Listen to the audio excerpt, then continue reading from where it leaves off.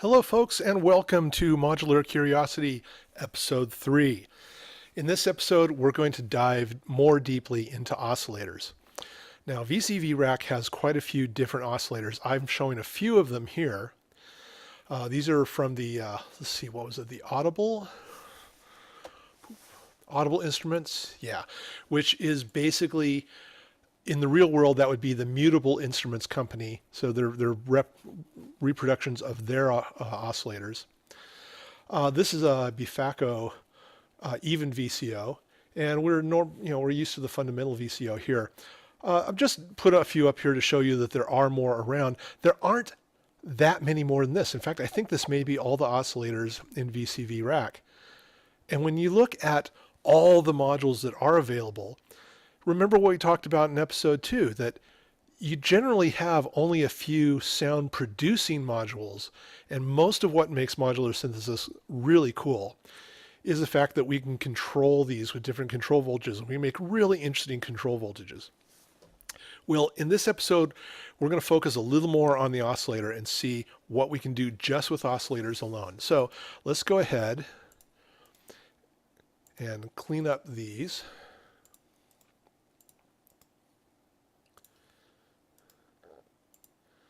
I'm going to duplicate that one.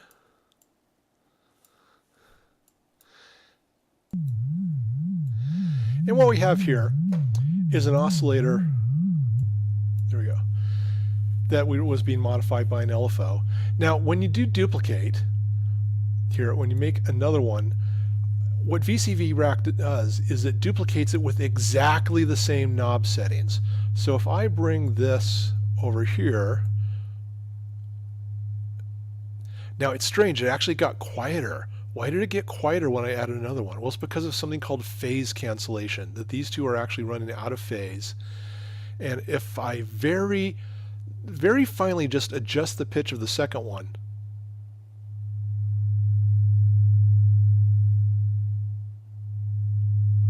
check that out. As the phase cancellation is going in and out, it's getting louder and softer. Now what phase cancellation is that it happens to be that while one frequency is going up, in fact, let's do this. Let's see if we can actually see it.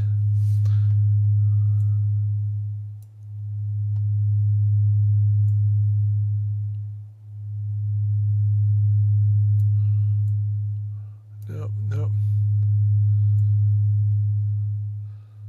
There we go.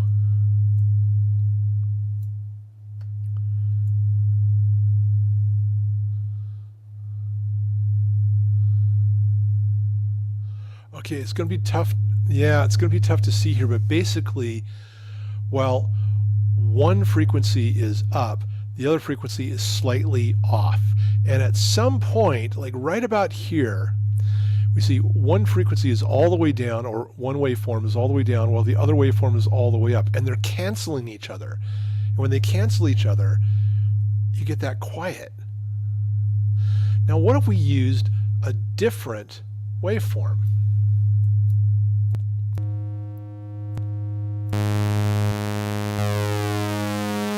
Well, that's very different.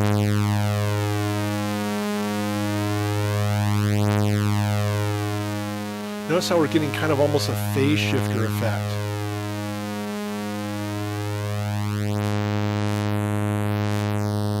If I make them as close to in tune as I can, we don't really get it. If I bring them out of tune, it really fattens up the sound. Speaking of fattening up the sound, what if we put 3 of them in there?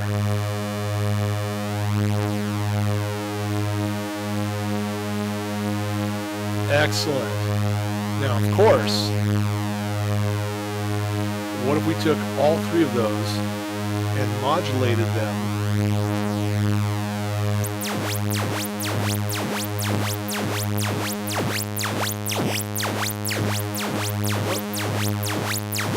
in the same way? Well, we have the same problem we had before, where the LFO went too high and too low. So do you remember how we fixed that? We turned the volume down.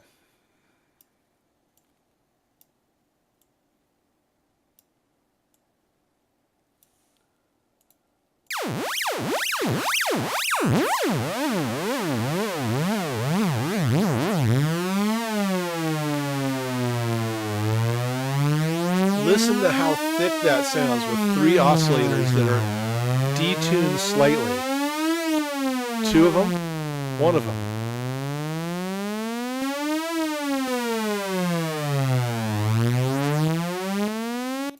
So that's kind of a cool oscillator trick, is to have multiple oscillators and detune them to each other, but only very slightly. Now, if I could detune them slightly, I wonder, can I detune them accurately?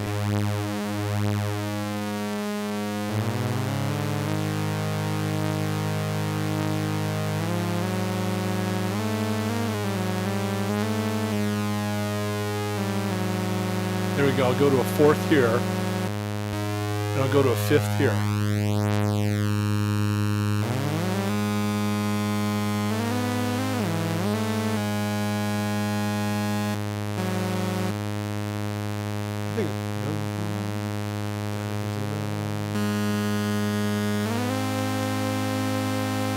There we go. There we go. Root, 4th, and 5th. And if we modulate that,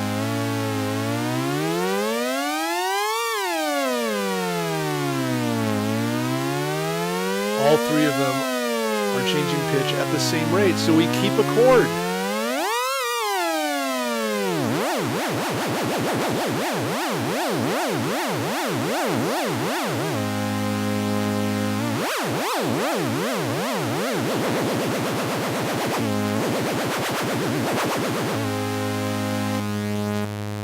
Boy, that's sounding a little Emerson, Lake and Palmer-like, isn't it? Well, you notice as we turn this frequency up, there's a range where the LFO gets almost into the audio frequency. It's almost a fast enough waveform that we could hear it. Well, if we change the frequency of an oscillator at a rate which is itself audible,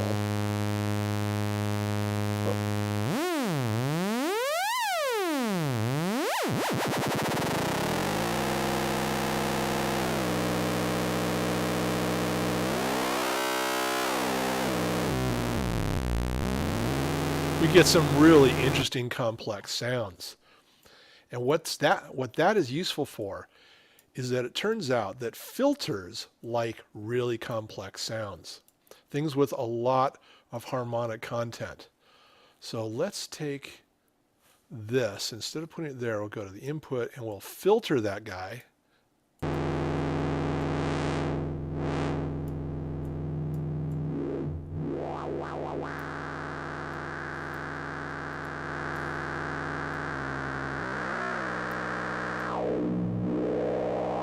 See, we seem to have a lot more effect in the filter.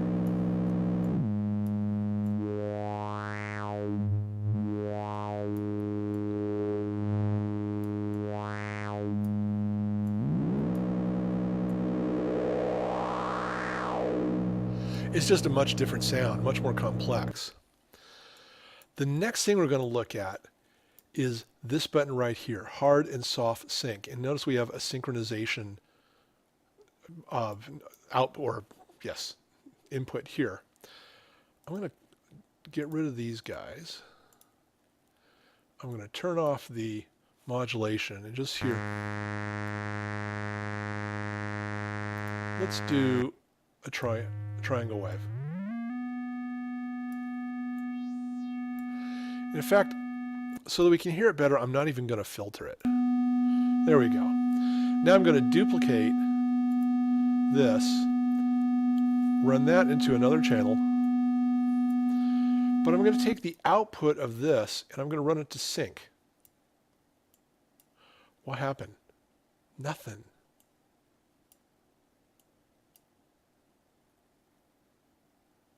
Let's see, let's do that. Oh, there we go, because I have to turn it on. Okay. Okay, what happens if I turn the first oscillator up and down?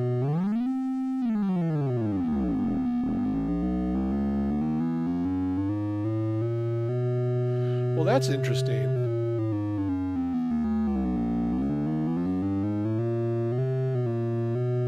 it seems to find notes. What if I turn the second one up and down? That's very interesting. That seems to basically change the harmonic series. How about hard sync?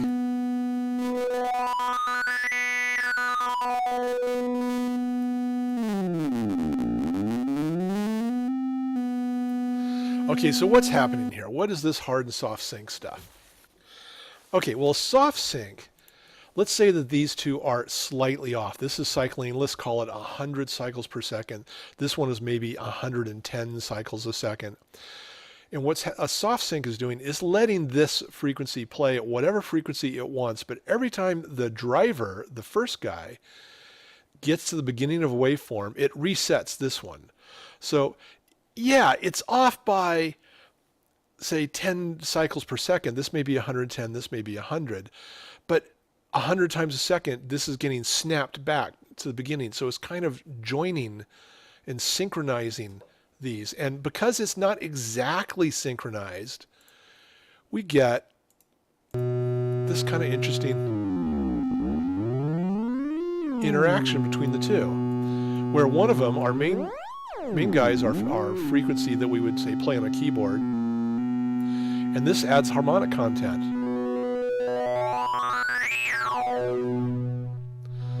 Are you thinking what I'm thinking? Are you thinking that we should modulate this? Well, of course you are.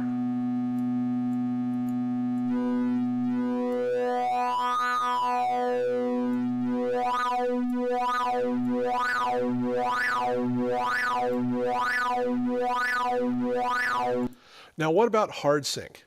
Okay, well, hard sync, I'm going to turn this off,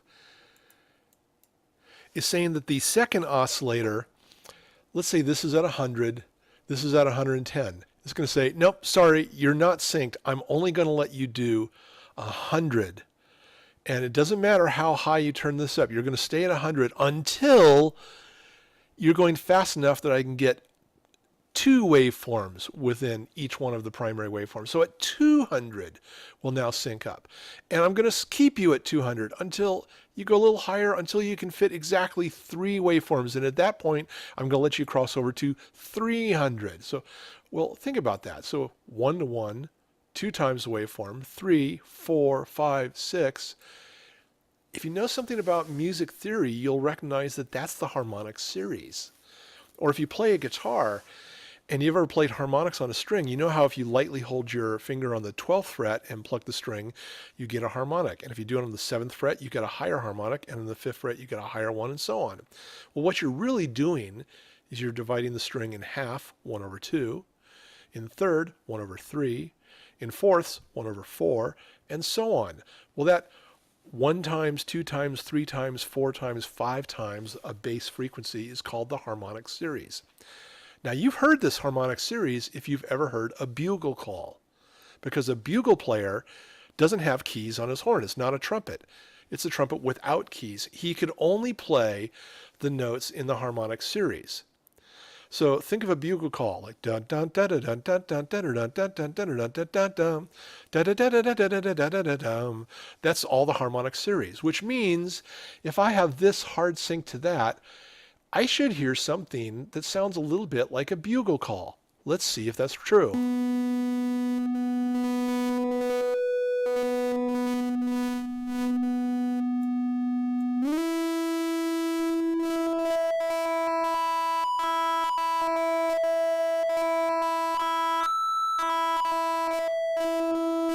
There we go.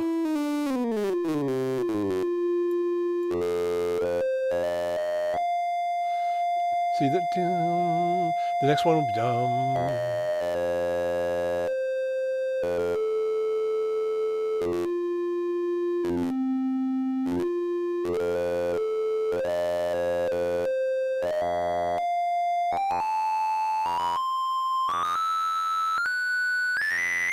So, wow.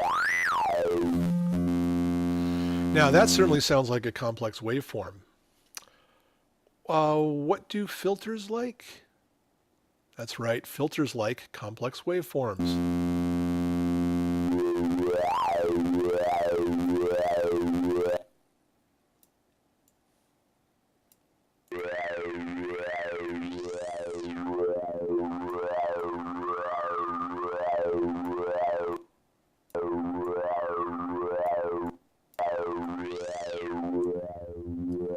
See, so we're getting a completely different sound than if we had filtered, say, that first sound alone. The first oscillator, that is. In fact, there doesn't seem to be a lot happening here, because a triangle wave is really not all that complex. A sawtooth wave is much more complex. So we hear a lot more filtering with that. A sine wave has very little complexity. So look at that. There's almost no difference, because the sine wave is not very complex. So synchronizing two oscillators together. In fact, let's synchronize two sine waves and see if this boring sine wave can be made interesting.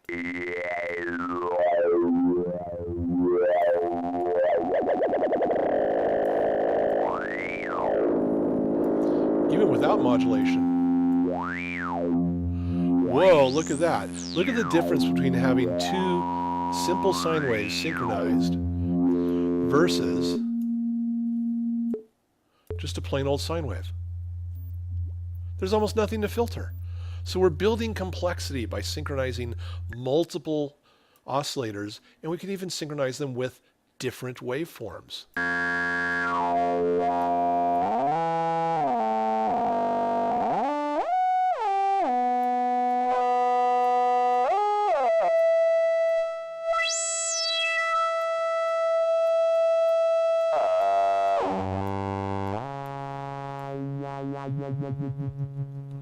How interesting is that? Okay, we're getting a little spacey here. The next module I want to show you is also from the fundamentals. And it's the 8-vert. What is a vert? Okay, what they're talking about is an attenuverter. Now, an attenuator, a voltage-controlled amplifier, is an attenuator. Let's delete that, put that over here, and we remember that if we put a waveform through a VCA and turn it on, that's our volume, right? Well, what does an attenuverter do? Well, in the middle, nothing. As you turn it this way, it's volume. Turn it that way, it sounds like it's also volume. Well, how is that useful to us? Because what's happening is on this side of the attenuverter, it's actually reversing the waveform. Okay, why would we need that? Well, did you notice on the sawtooth wave that it rises and then drops, but we don't have a sawtooth wave that drops and then pops up. It doesn't slope down. We don't have a reverse sawtooth. Well, it turns out, yeah, we do. Okay, so what's the difference between the uni mode and the bi mode? Well, let's look at a sawtooth wave. I'm going to try to bring this together so we can see it. Maybe I go a little faster here. There we go. There we go. Now notice, it keeps dropping back down to 0. If I attenuate this, let's see, instead of doing that,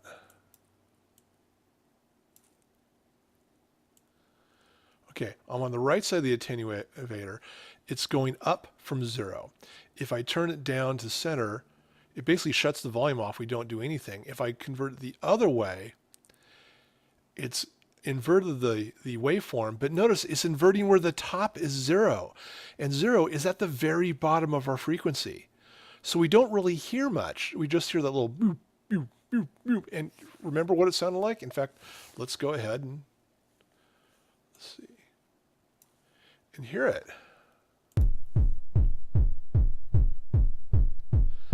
Now that might be cool if we're looking for a drum beat, kind of a neat drum beat, because we're just barely hearing the tip of this. But if I go to bi mode, what's going to happen is going to center this on 0.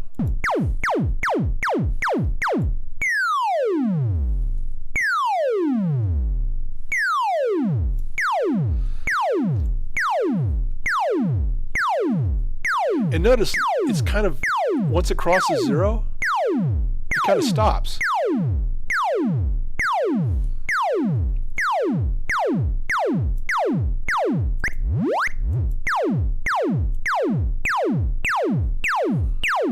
There we go.